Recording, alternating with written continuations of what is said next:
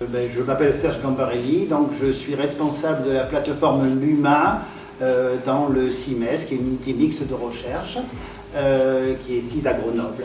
Donc cette unité travaille essentiellement sur les molécules et les nanomatériaux pour l'énergie et la santé.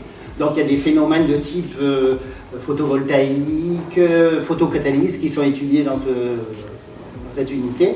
Un spectromètre RPE qui permet d'observer des espèces transitoires, par exemple pour la photosynthèse, la photocatalyse ou le photovoltaïque. Ce système a toute sa place dans notre unité mixte de recherche.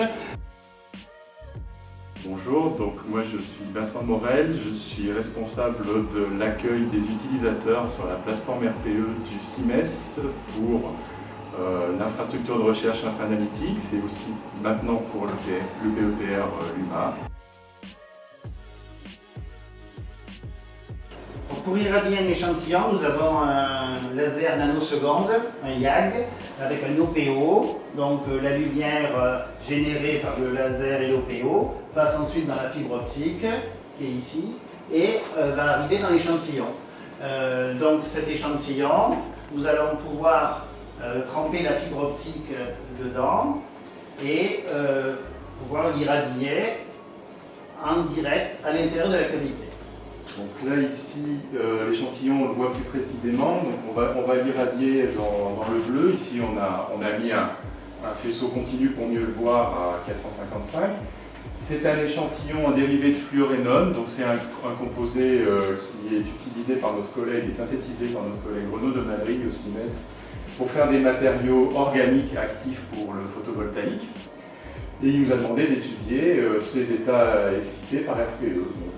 Comment est-ce qu'on va procéder? On va préparer ici la fibre qui arrive juste au-dessus de l'échantillon, on le voit fluorescer, et on va insérer l'ensemble directement à l'intérieur du spectromètre. Ici, vous voyez, l'élément n'est pas en marche, hein. Pour l'instant, on a inséré l'échantillon directement dans l'entrefer de l'électroaimant.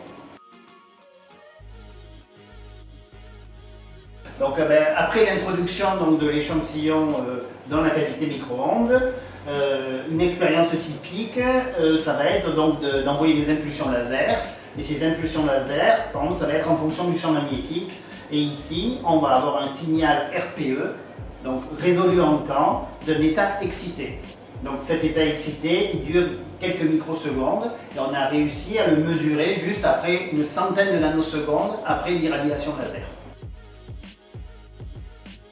Depuis une quinzaine d'années, on donne accès à toute la communauté à ces systèmes via l'infrastructure de recherche InfraAnalytics. D'abord Renard puis InfraAnalytics. Et maintenant, on va mettre un focus sur toutes les applications en photophysique et photochimie grâce à l'acquisition d'un RapidScan dans le cadre du PEPR LUMA.